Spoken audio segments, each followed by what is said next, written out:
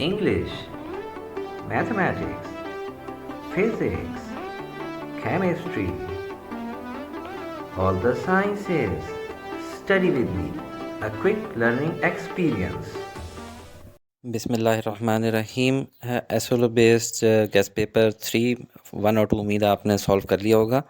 आइए शुरू करते हैं। Question number 1, predict the oxidation number of chromium in K2Cr2O7। तो पीरियोडिक टेबल में इनकी लोकेशंस देखें। के जो है ग्रुप 1 में है, Cr बीच में है और ऑक्सीजन जो है ग्रुप 6 में है।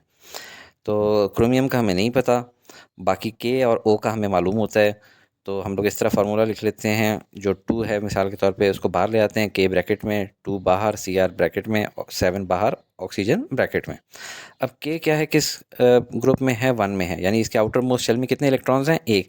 जब वो एक इलेक्ट्रॉन को लूज़ कर लेगा तो इसके ऊपर ओवरऑल एक पॉजिटिव चार्ज आ जाएगा, ठीक है। जब Cr का नहीं पता और ऑक्सीजन किस ग्रुप में है, 6 में, इसके आउटर मोस्ट शेल में 6 इलेक्ट्रॉन्स होते हैं।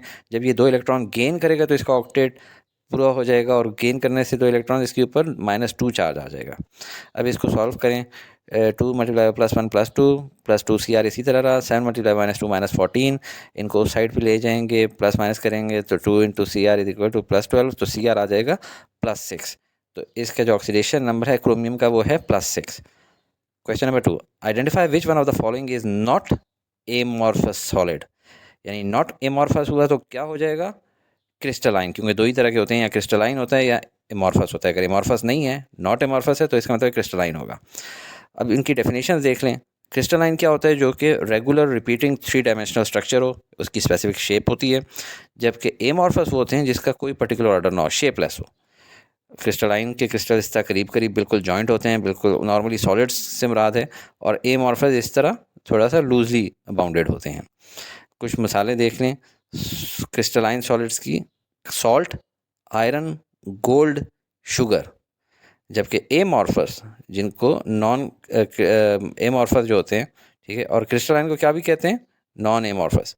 और एमॉर्फस के अंदर कौन कौन सी चीज़ें हैं, ग्लास हो गया, ठीक है, इसकी फिक्स शेप नहीं होती, चेंजेबल होता है ग्लास, रबर भी, वैक्स भी।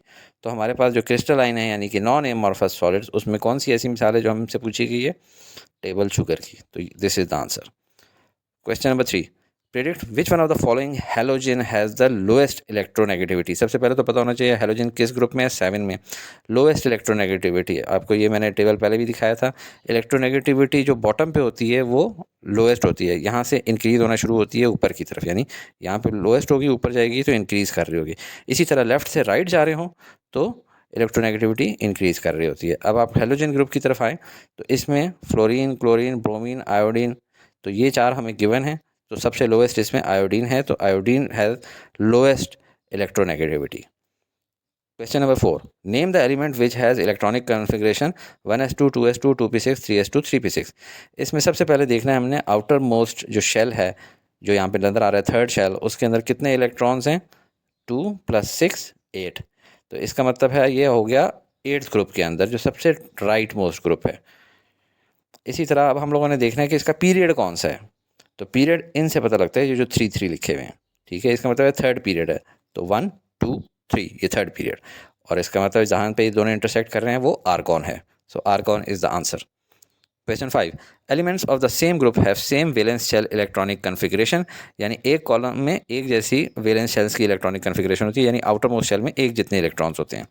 Predict which one of the following pair of elements has similar chemical properties. Similar chemical properties आपको पता होना चाहिए, एक ग्रुप में होते हैं यानी एक कॉलम में। तो अभी देखते जाते हैं किस किस के हैं। के और Cr, पोटेशियम और Cr एक ही ग्रुप में हैं, नहीं, ठीक है। ग्रुप में होने का मतलब होता है एक कॉलम में आए, ये किस में आ रहे हैं, एक पीरियड में आ रहे हैं।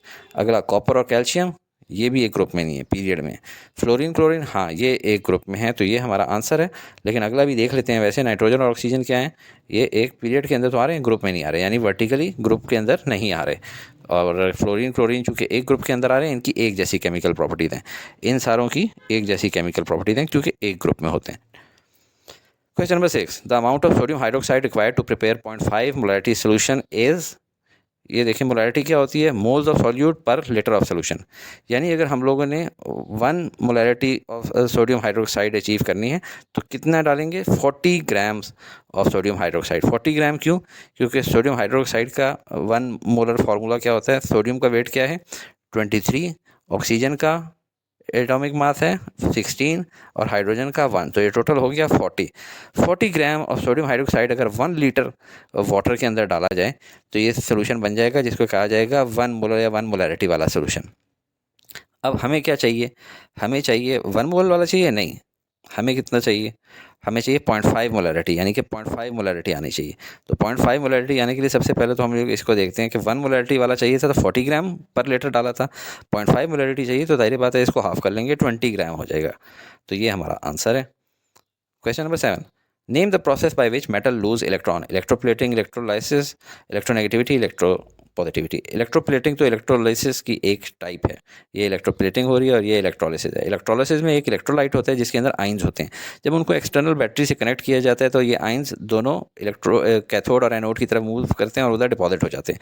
एक के अंदर से जो है डिप्लीट होना शुरू हो जाता है, छोटा होना शुरू हो जाता है उस मेटल का साइज, और दूसरा मेटल इंक्रीज होना शुरू हो जाता है। इसी की फॉर्म है इलेक्ट्रोप्लेटिंग। जब कभी किसी चीज़ को हमने जंग से बचाना हो तो इलेक्ट्रोप्लेटिंग की जाती है। दूसरा एक जो है उसके ऊपर जो है सिल्वर के ऊपर एनोड होता है और इधर से जो है ना डिपॉजिट से जाके इसके ऊपर डिपॉजिट होना शुरू हो जाते हैं। तो इस तरीके से ये जंग से बच जाता है, कोरोजन से। इलेक्ट्रोनेगेटिविटी क्या होती है, ability to attract electrons in a covalent bond towards its self. ठीक है, तो ये तो क्या है, इलेक्ट्रॉन्स को अपनी तरफ अट्रैक्ट कर रहा है। हमसे क्या पूछा जा रहा है, name the process by which a metal loose electron. तो इलेक्ट्रोनेगेटिविटी का उल्टा होता है इलेक्ट्रोपॉजिटिविटी के, जब एक जो है मेटल जो है, जिस तरह यहाँ पर सोडियम मेटल है, ये अपना आउटर मोस्ट इलेक्ट्रॉन को लूज करेगा तो पीछे क्या बच जाएगा, सोडियम का आयन बन जाएगा। तो दिस इज इलेक्ट्रोपॉजिटिविटी, तो लूज एन इलेक्ट्रॉन, तो ये इलेक्ट्रोपॉजिटिविटी हमारा आंसर है। Question 8, identify which one of the following is a formula unit.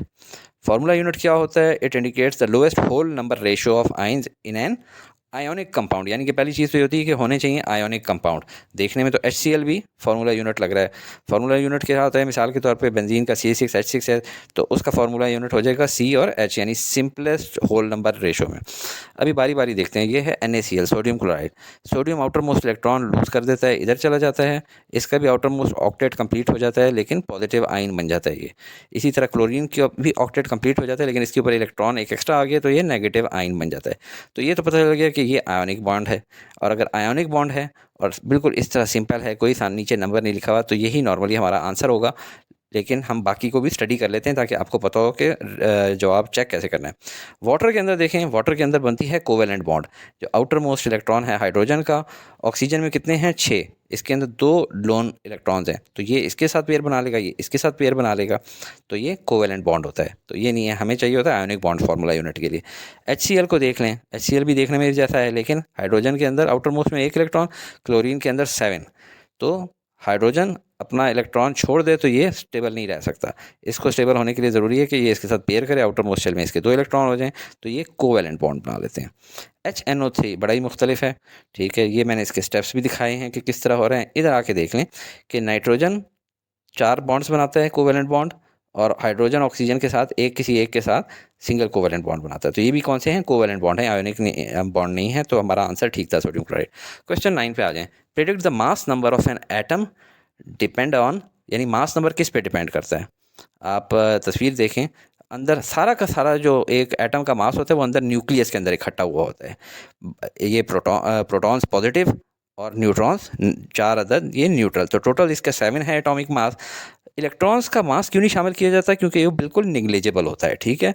तो जो भी आपका मास नंबर होता है that depends upon proton and neutron in the nucleus. तो D is the answer. Question 10, predict which is cause of shielding effect in elements. कोई भी element है उसका शील्डिंग इफेक्ट का कॉज क्या होता है। देखिए, न्यूक्लियस के अंदर आपको पता है कि न्यूट्रॉन्स होते हैं और प्रोटॉन्स जो कि पॉजिटिवली चार्ज होते हैं। जो आउटर मोस्ट शेल है उसके अंदर इलेक्ट्रॉन्स होते हैं। तो इलेक्ट्रॉन्स और प्रोटॉन्स की जो फोर्स ऑफ अट्रैक्शन है उसको कम करने या उसके बीच में जो रुकावट बन रही होती है उसको कहा जाता है शील्ड इफेक्ट। जिस तरह पत्थर से बचने के लिए पुलिस वाले शील्ड यूज़ कर रहे होते हैं ना, या जो जिहाद वगैरह के अंदर हम लोग अरतुरुल या उस्मान गाजी की मूवीज़ देख रहे होते हैं उसके अंदर भी शील्ड यूज़ की जा रही होती है तीरों से बचने के लिए। तो ये शील्डिंग इफेक्ट रोकने के काम आ रही है कि ये इलेक्ट्रॉन्स आके न्यूक्लियस के अंदर ना गिर जाएँ। तो ये इलेक्ट्रॉन्स जो हैं इलेक्ट्रॉन टू इलेक्ट्रॉन दोनों नेगेटिवली चार्ज हैं, तो ये रिपल्जन क्रिएट कर रहे होते हैं एक दूसरे को। तो ये जो आउटर मोस्ट इलेक्ट्रॉन की जो अट्रैक्शन है न्यूक्लियस से, ये इसको रुकावट बन रहे होते हैं और ये शील्डिंग इफेक्ट दे रहे होते हैं। इस तस्वीर से समझें, ये इलेक्ट्रॉन्स हैं आउटर मोस्ट शेल के, इनकी और न्यूक्लियस की जो फोर्स ऑफ अट्रैक्शन है, क्योंकि न्यूक्लियस में पॉजिटिवली चार्ज प्रोटॉन्स हैं, तो इसको रुकावट कौन बन रहे हैं? ये बीच में इनर सर्कल्स में घूमने वाले इलेक्ट्रॉन्स, क्योंकि इलेक्ट्रॉन टू इलेक्ट्रॉन रिपल्जन हो रही होती है। Question number 11, identify which one of the following is an example of milk: solution, colloid, suspension, compound। तो आप ये देख लें, सोल्यूशन क्या होता है? जिसमें पार्टिकल साइज बहुत छोटे छोटे होते हैं। मैं आपको कोई और नॉर्मल होमोजीनियस सोल्यूशन होता है, जैसे किसी चीज़ में कोई चीज़ नहीं मिक्स कर दी हो। फिर कोलॉइडल सोल्यूशन क्या होता है? कोलॉइडल उसको कहते हैं जिसमें पार्टिकल थोड़े से बड़े होते हैं और उसमें से रेज डिस्पर्स होती हैं अगर टॉर्च से मारा जाए उसके अंदर लाइट को। और बड़े साइज़ के पार्टिकल जब सस्पेंड हों, जिस तरह मट्टी, रेत वगैरह नज़र आ रही हो सामने, तो वो सस्पेंशन होती है। कोलॉइड को देखें, मिसाल के तौर पे आप, ये नॉर्मल सोल्यूशन है और ये कोलॉइड है, ठीक है। सोल्यूशन में से देखें बगैर डिस्पर्शन हुए जा रही है लाइट, जैसे ही कोलॉइड में से जाती है तो डिस्पर्स कर जाती है। यानी कि बेसिकली कोलॉइड जो है थोड़ा सा थिक होता है एक नॉर्मल सोल्यूशन से। यहाँ पे मज़ीद देख लें, सोल्यूशन में से लाइट पास करेगी, कोलॉइड में से थोड़ा सा डिस्पर्स करेगी, और सस्पेंशन में थोड़े बहुत पार्टिकल आपको नज़र भी आ रहे हैं तैरते हुए, ठीक है। तो मिल्क जो है वो कोलॉइड के अंदर आता होता है, इसमें से थोड़ी सी डिस्पर्शन हो जाती है, लेकिन इसमें आपको कोई दाने दाने उड़ते हुए नज़र नहीं आ रहे होते। तो कोलॉइड जो है मिल्क है। Question number 12, identify the bond present in HCN। Hydrogen cyanide जहरीली चीज़ होती है, ज़रा इसका बॉन्ड चेक करते हैं। हाइड्रोजन का आउटर मोस्ट डॉट कन्फिग्रेशन देखें तो इसमें 1 इलेक्ट्रॉन है, कार्बन के 4 हैं और नाइट्रोजन के 5 होते हैं आउटर मोस्ट शेल में। तो हाइड्रोजन का 1 इलेक्ट्रॉन और कार्बन का ये वाला 1 इलेक्ट्रॉन आपस में एक कोवेलेंट बॉन्ड बना लेगा, और नाइट्रोजन के ये 1 2 3, कार्बन के 1 2 3 से एक एक बॉन्ड, यानी कि टोटल 3 बॉन्ड बना लेंगे। नाइट्रोजन के इधर 2 इलेक्ट्रॉन रह जाएंगे और टोटल जो है स्टेबल हो जाएगा। तो ये हाइड्रोजन साइनाइड जो है ये बेसिकली कोवेलेंट बॉन्ड है। और ये तो पता लग गया कि कोवेलेंट बॉन्ड है। अब क्या कह रहे हैं, आइडेंटिफाई द बॉन्ड प्रेजेंट, कि कोवेलेंट बॉन्ड आयोनिक नहीं है और मेटालिक भी नहीं है। तो अब देखना है पोलर है या नॉन पोलर है, इसको समझ लें।